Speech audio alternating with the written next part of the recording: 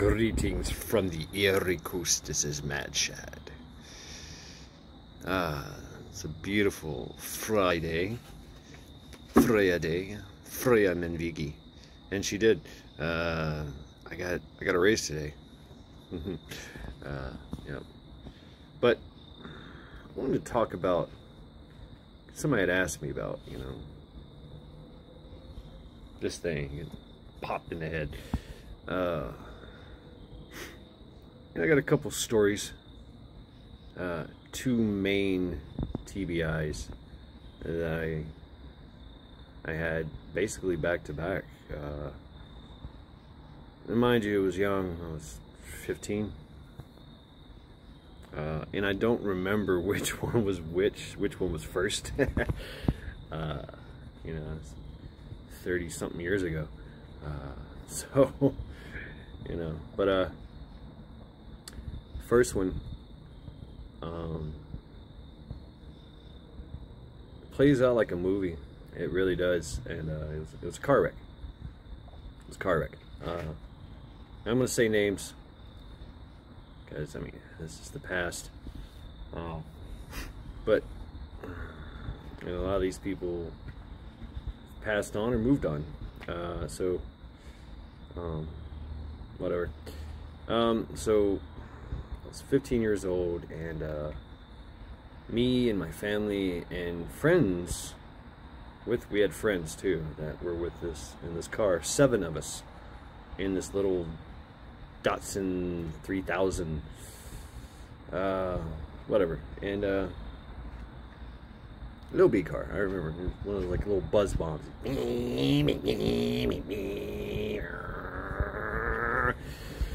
And that's before it hit 35 miles an hour. So you can imagine with all 7 of us in this fucking car. Now the driver, I don't remember her name. She was a fairly large lady. She was friends with my mom, and my mom, obviously that lady was driving, and then of course my mom, she was in the passenger side. I was sitting in the back seat, driver's side, with my little brother in my lap. My sister was sitting in the middle seat with her friend Courtney in her lap, and then in the back passenger side seat was my friend Billy.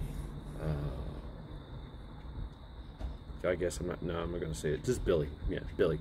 And then of course my mom in the passenger seat, and the driver in the driver's seat.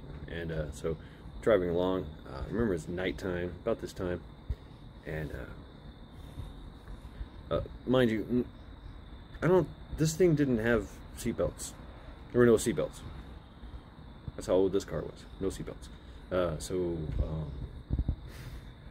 we're driving along, and it was Jackson, Tennessee, not far from the hospital, on a straightaway, like, I don't even know what street it could have been, but it was right next to the hospital. I could see the hospital. And it was at nighttime. I think we were, see, that's the thing. We were either coming back from church or going to the church. I don't know. It was dark though. And oddly enough, afterwards, I had like perpetual darkness. It's like even the days were dark. But I mean, that's whatever. So story unfolds. We're driving along, having a good time. Everybody's in high spirits. The whole laughter and talking, and whatever. And we were on a street all by ourselves, going direction of travel. There was no intersections. We were just going down the street right where we were supposed to be at, and we were in the far left lane, and out of nowhere, bam, lots of noise, lots of pain. This car had pulled literally right out in front of us, and we nailed that fucker. Well, actually, no, he hit us. From what I understand, what happened, he hit us, T-boned us, and knocked us all the way across the street and into somebody's yard. Next, you know, so I'm like, oh fuck, and that happened, you know, just this, and it's over. I remember that, all of that, everything. I have to tell you this story because this story was,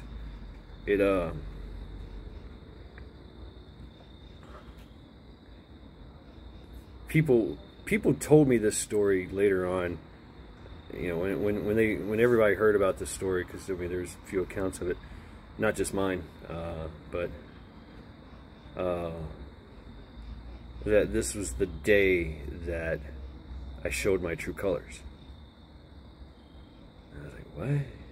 You know, I'd always been a young angst kind of kid, and, you know, skateboarders and skateboarding and mohawks and punk rock music, and, you know, being a poor little shit fucking punk, you know, running around just doing stupid shit, you know, but, you know, whatever.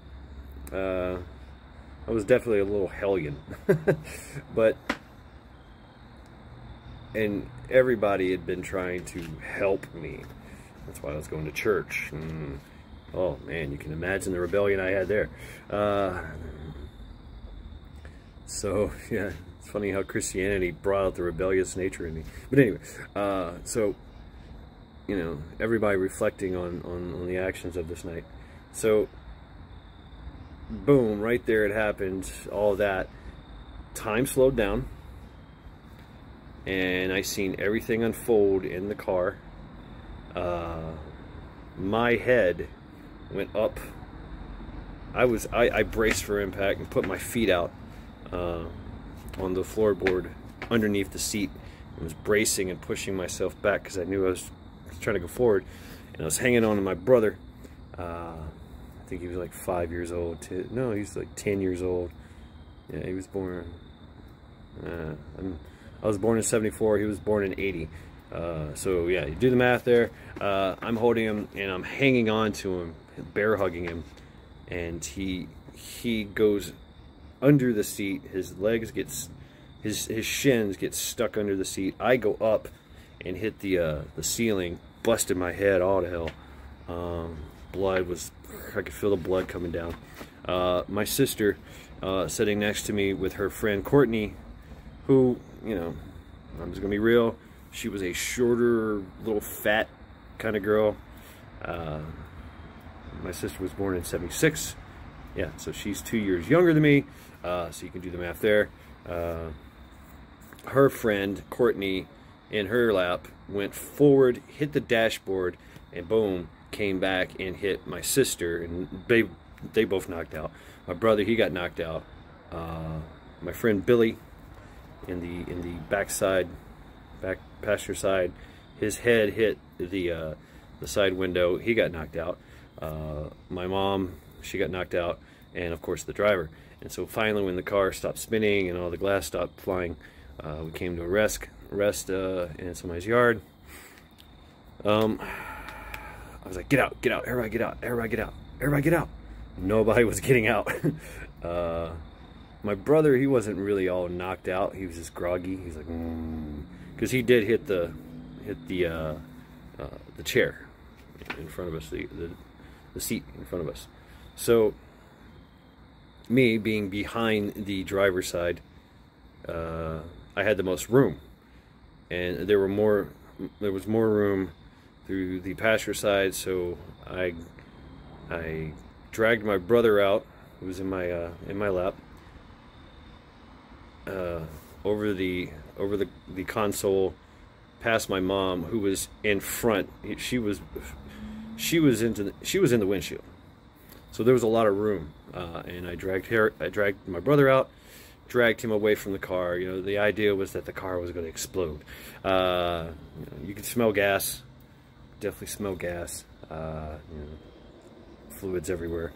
You know, busted glass and shit everywhere. and took him a ways I thought would be safe, laid him down. He was groggy, and I just told him, stay here, just don't move. And I went back, and I pulled Courtney out, took her over to my brother, laid her down. She was knocked the fuck out. Got my sister, pulled her out, laid her down. She was knocked out. By that time, she kind of woke up, and I was like, hey, you okay? She's like, I think so, yes. We were talking, and I was like, great, take care of everybody here, I'm going back to the car. And she was like, no. And I said, yeah, just take care of everybody. And I went to the car, I got Billy out, laid him down, gave him to my sister. I guess my sister was receiving. She was receiving all the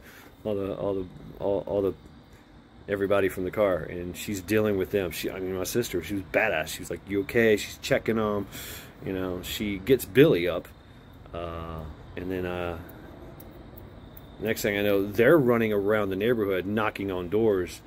You know, I say running, but you know, they're kind of stumbling around. Billy passes out a few other times, and my sister helps him. I go back to the car, and I'm starting to work on my mom.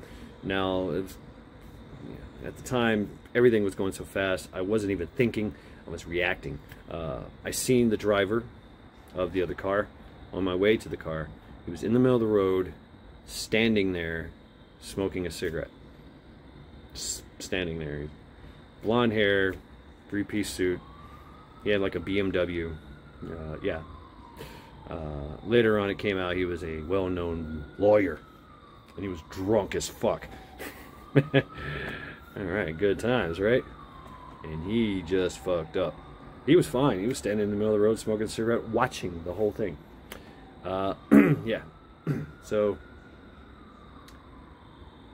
I get to my mom, and she's literally sitting on the edge of her seat with her knees shoved and wedged underneath the glove box of the car, and her face is forward, and her chin is sticking out of the windshield. Just her chin. You know, so that's her position. She's not moving. She's, you know, no movement, no reaction. She's knocked the fuck out. And so I carefully grab her head and you know, work her chin out of the windshield, and push her back into the seat. She groans a little bit, and I grab her and pick her up. I mean, literally. My mom, she was a little big. And I was just a skinny little white boy, 15 years old. Maybe 115. I don't know. Whatever. But I grabbed her, picked her up like a baby, carried her over to receiving, to the consolidation area, where my sister was hanging out and working on everybody, checking on everybody. By that time, neighbors were out and everything. So my mom and my sister was like, please, you know, oh God, she's freaking out. Oh God, Mom, oh God, you know. But she's dealing with Billy, she's dealing with her friend Courtney, she's dealing with my brother, you know, and just making sure everybody stays right where they're at, and they're okay, and they're hanging out, and they're good. So then I get to the driver. The driver, I forget her name, man. She was a fairly large woman, and like I said, there was no seatbelts. So she had hit she had hit the steering wheel so hard that it had bent. It had bent inward, like inward and inward, and she was literally crushed. Her face was in the windshield, but wasn't through the windshield. The windshields were all busted up. She did have a few cuts that were bleeding on her forehead.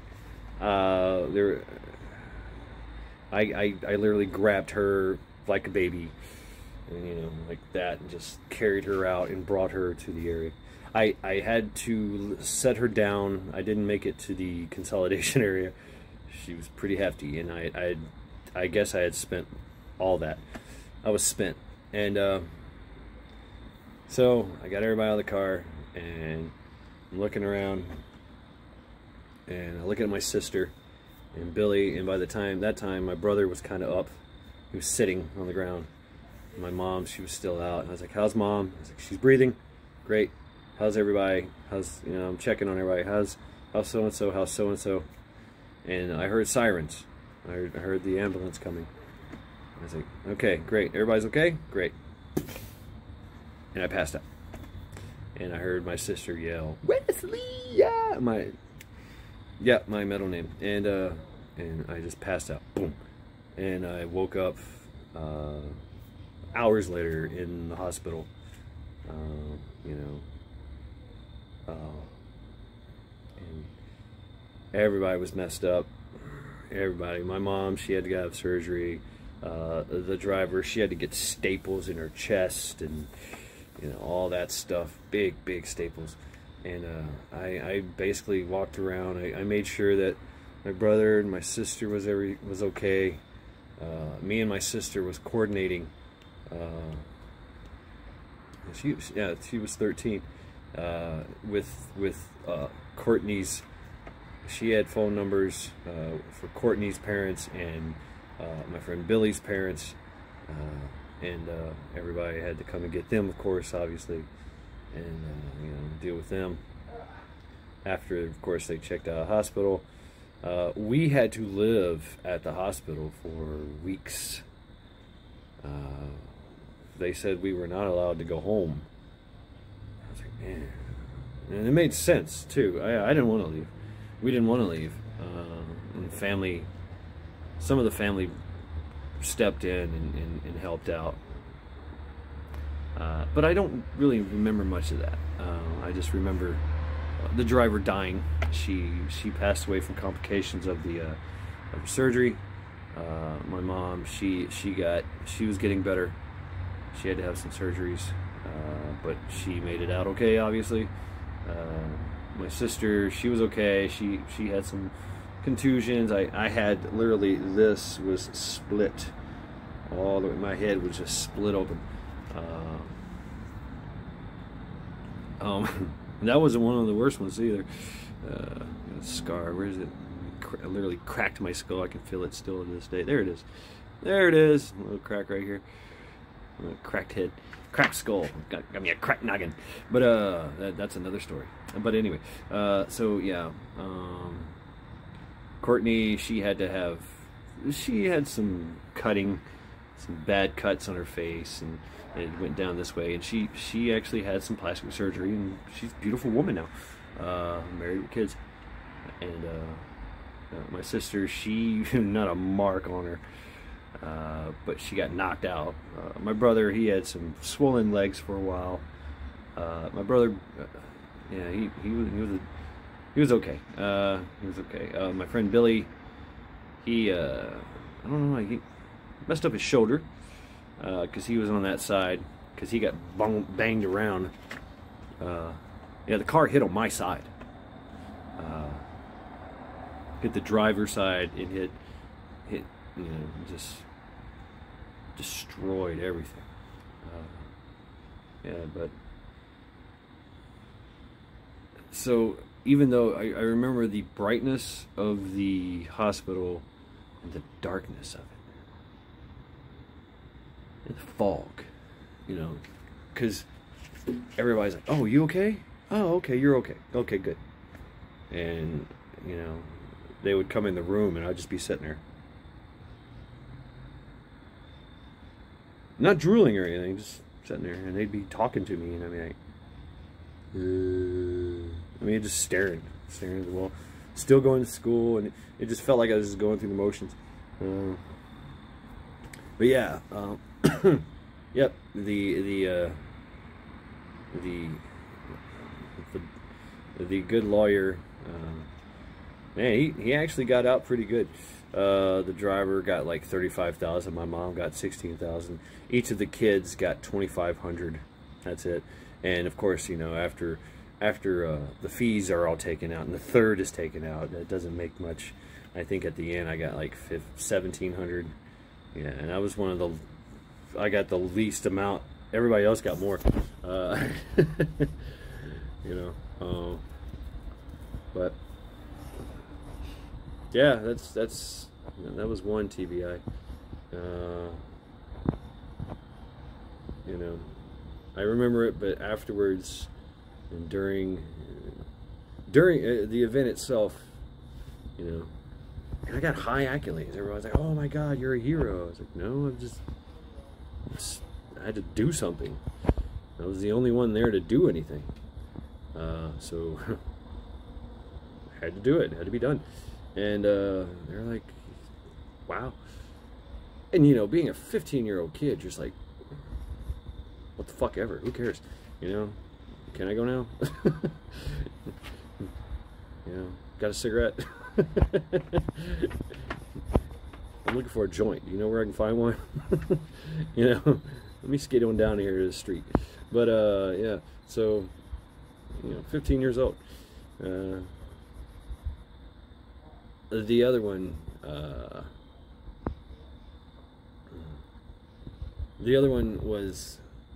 was so messed up, man, and that was the one that almost killed me. I think it was around, I don't know if, like I said, I don't know if it was before or after.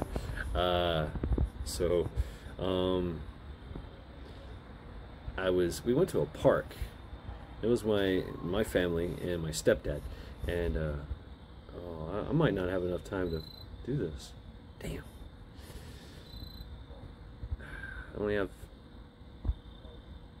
yeah, fuck it. Okay, I'm gonna try to make it real quick. But we went to this park, and me and my brother are climbing a tree. And he's of that age where he wants to beat Big Brother.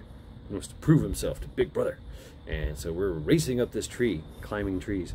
And I was known for being one of the best fucking climbers in the world. I used to climb buildings, and this is before parkour, you know. He's running around and do all kinds of crazy shit. So I get up into this tree, and me and my brother were side by side. It's a great bonding moment. And there was a branch in front of me, and it had a little bit of a, you know, a slit, an angle to it. And we were right next to each other, and I guess I was trying to jump up and grab it and pull myself up, and I jumped out, and boom, I just went straight down, face first. And the last thing I seen was a bush, a poison ivy bush, and I was like, oh no. Boom, and darkness. And it was this boom, darkness. And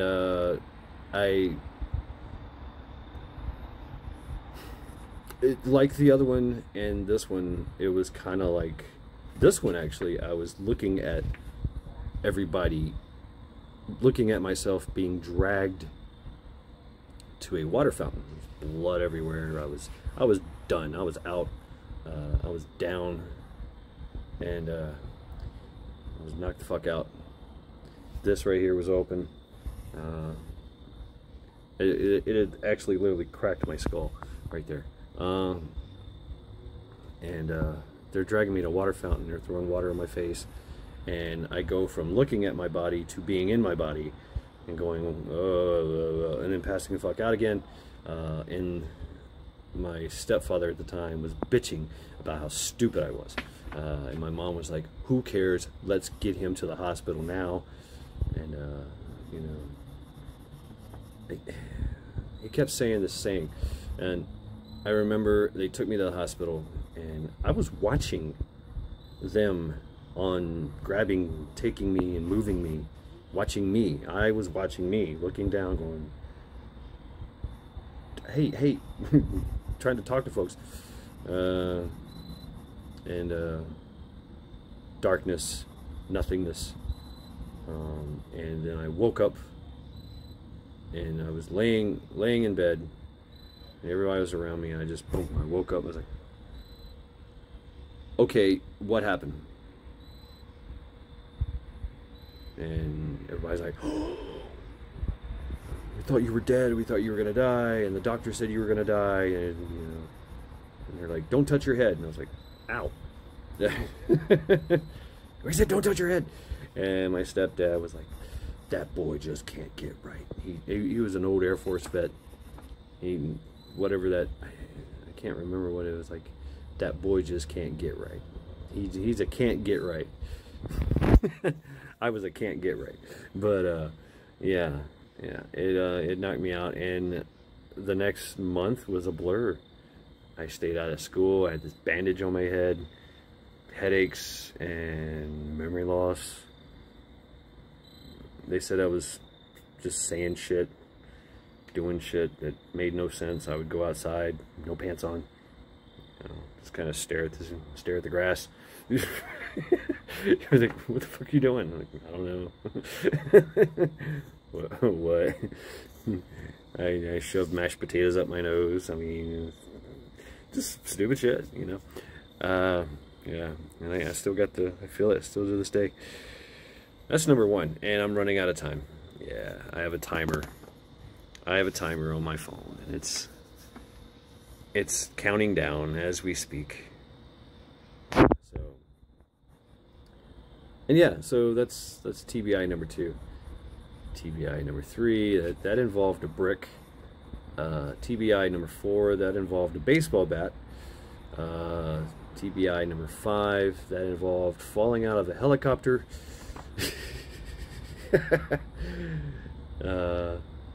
Fast roping down a helicopter, and I got hit. The guy above me literally fell on top of me and pushed his M249 saw into my head, you know, barrel first, and because when he hit me, my helmet popped off my head, and oh shit, and that's when the thing hit me. Got knocked out on that one. Okay. Y'all hear this? So that was it. I'm running out of time here. So,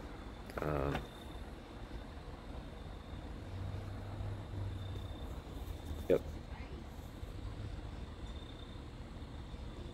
They're like literally in front of me.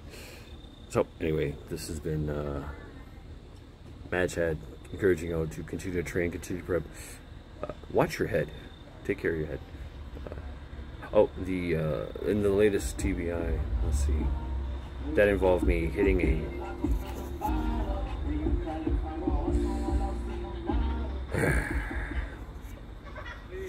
so yeah, the latest one involved me headbutting an industrial strength grinder.